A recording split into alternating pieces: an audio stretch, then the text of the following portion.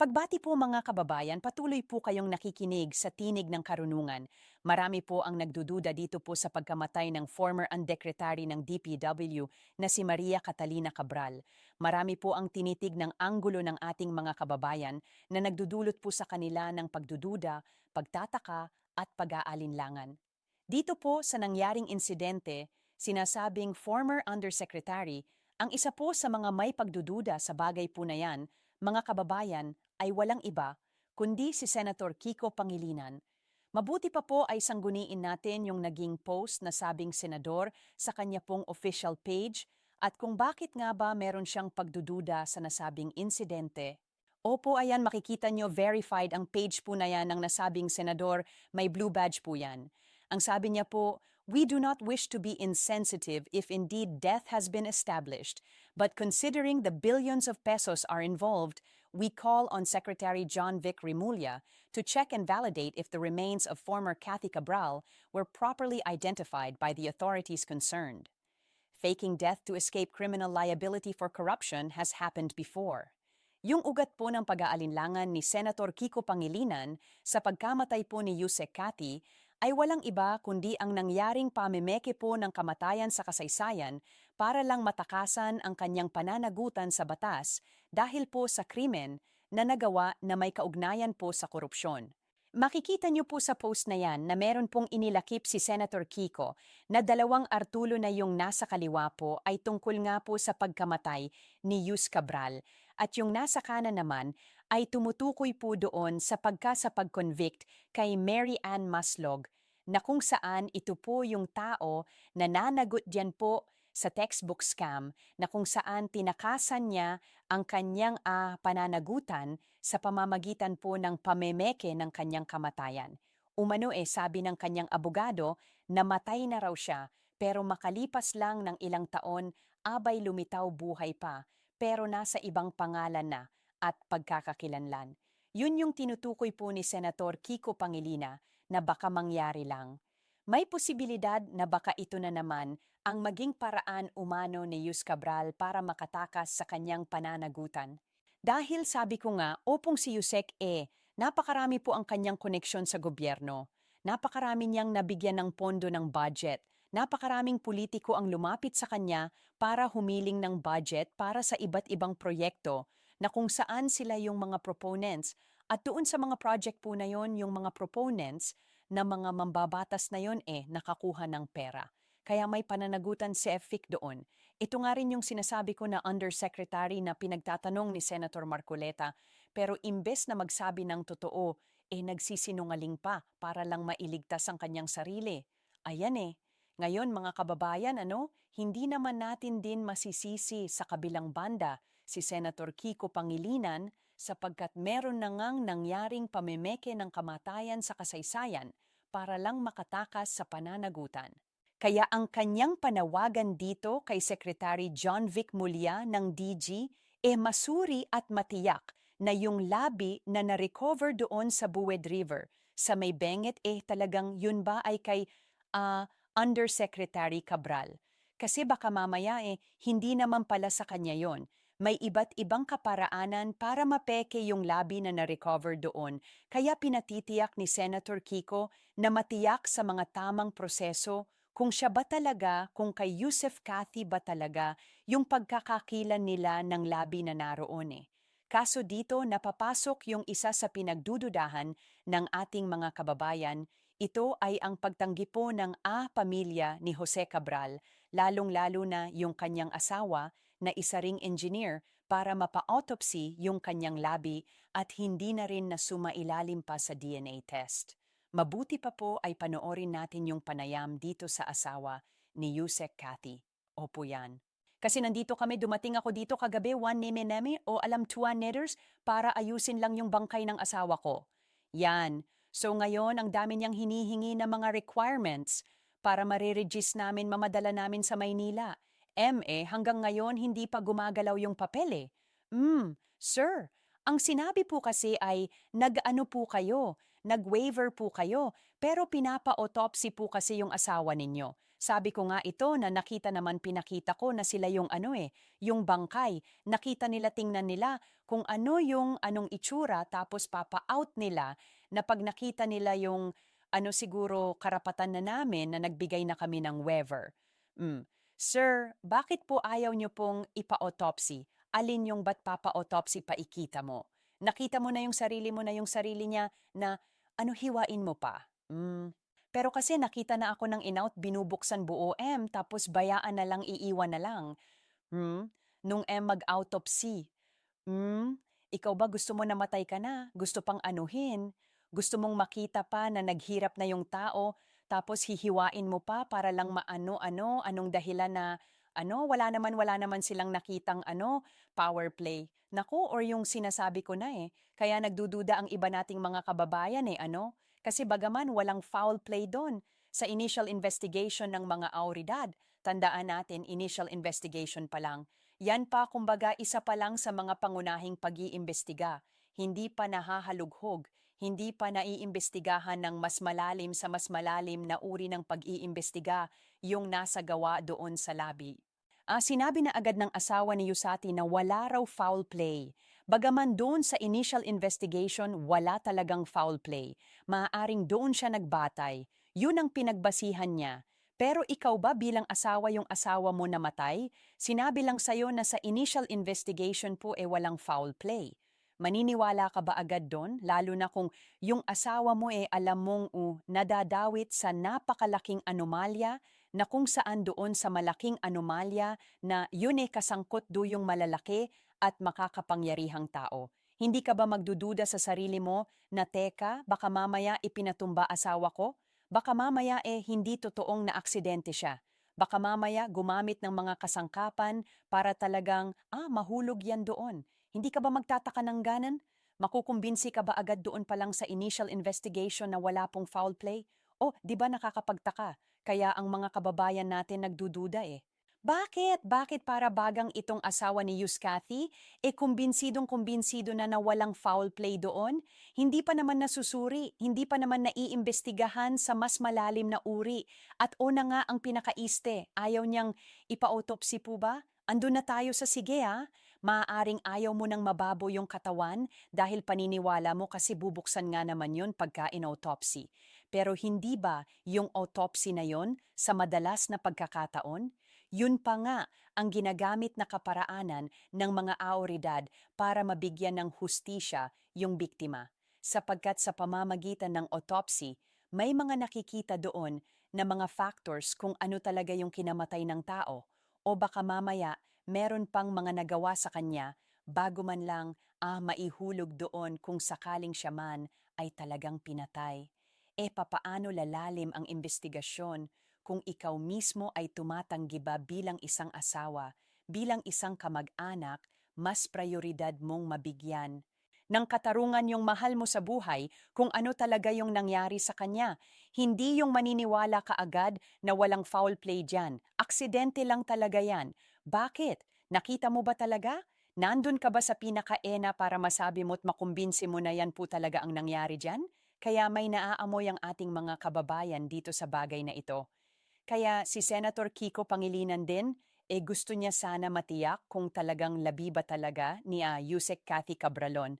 Tuloy natin yung interview dito. May kahilingan ba kayo sa government, sir? Hinihing ko lang kasi ako galing din ng gobyerno sobra yung niya na nagpakahirap ang asawa ko. 42 years in service. Tapos, ayan ang nangyayari. Gusto niyong magbigay ng reaction, sir, sa atensyon na binibigay ng ako nang galing rin sa trabaho, nanggagaling rin sa gobyerno Kaya nga lumabas ako sa gobyerno Sir, gaano kasakit sa pamilya niyo na naantala pa po yung pagpiproseso po sa bangkay ng asawa niyo? Nagluluksa po kayo para tapos ang dami pa nilang requirements. So ganun ba yung nagdudusa na kami, tapos ito ramdaman mo pahirapan ka pa. Pero sir, nakikilala niyo po yung mukha ng asawa niyo? Oo, kilala ng anak ko kaya bigay kami ng river. Ano pa gusto nilang kwento? Hmm? Hmm? Na para patunayan gaano katagal kaming nagsama ng asawa ko. Nanininiwala po kayo aksidente po yung pagkahuli niya? Oo. Kasi ang punto lang naman doon, nagpunta siya dito para mag-unwind. Kasi masyadong madaming pressure na. Hmm, mhm.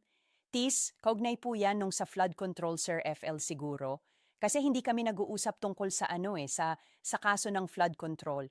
Hindi ka nag-uusap na agag yung kaso, yung isang kaso niya na sabi nga, may attorney ka, bahala, ni yung attorney mo MM. Dahil kaming mag-asawa, iba yung namin, pareha kaming engineer, kaya ayoko namin ka-professional Jersey M. Kaya umalis ako sa Biern, ang gusto niyo po ma-release na po, yun lang gusto namin magpapasko makasamahan nila namin yung asawa, mga kasamahan ko lang asawa ko yung Pasko. Sabi nga namin nagpaplano kami ng Pasko pamilya.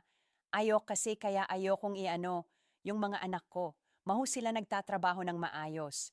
Ngayon po sir, ano po yung mga documents pa na hinihingi po ninyo ni wala yung pipirmang doktor? That's certificate. Yung nag-declare po na patay. Oo. Hmm.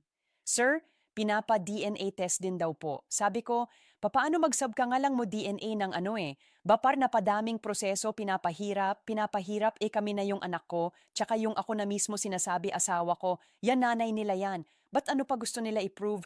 Bagay perspektibo niya yan Bilang asawa siguro nagdudusa nga naman, respeto na rin sa pamilya ni Jose Cabral Pero kasi, kung talagang katarungan ng hanap natin kasi hindi naman tayo mga bata na para hindi pabigyan ng posibilidad yung duda ng ating mga kababayan.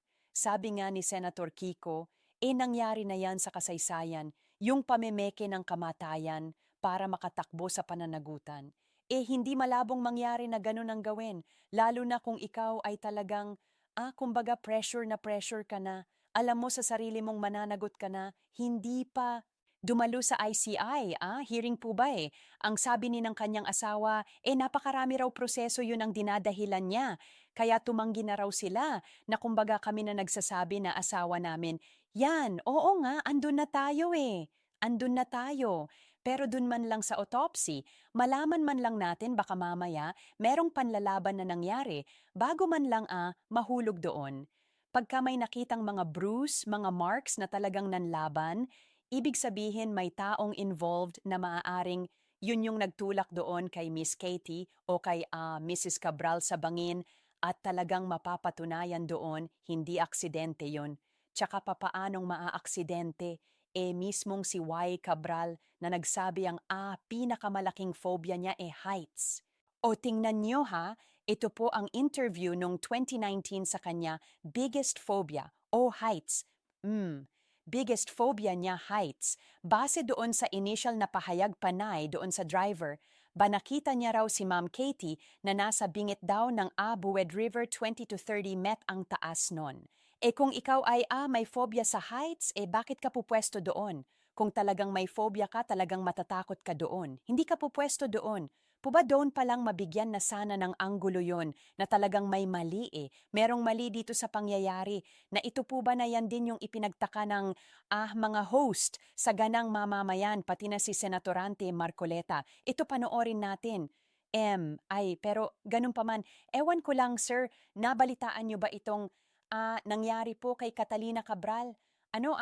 Kahapon po ay ang balita kita natagpuan dun sa isang bangin Ayon, nabalitaan ko yan, 7 ng 8 ng gabi, siguro kagabi. Diyan ang unang nagbalita sa akin diyan ay si Senador Jinggoy Estrada. Opo siya din na bigla, alam mo ba ito, sabi niya, ako, natagpuhan daw na wala ng buhay si dating Catalina Cabriel, oo. So yun, doon ko nabalitaan. Siguro maganda basahin natin yung buong balita. Sige, para magtamang konteksto, no? Context. Ayun, ang forward na natin tong parte na to mga kababayan, alam na natin nangyari dyan. Dito tayo sa parte ni Senator Rodante Marcoleta. Ito yan, ito to yan at ito ang sinusundan ng investigasyon sa ngayon. Pero base sa paglalahad mo Nelson, parang gusto niya talagang pumunta sa lugar na yon, bumalik pa Una, tama ba yung sinabi mo na binawal lang sila ng pulis sapagkat sila anganib yung lugar na yon? Oo nga. So umalis nga, opo. Tapos sabi mo bumalik uli. So ibig sabihin Mima, parang gusto niya pumunta sa talaga sa lugar na yon. O ba?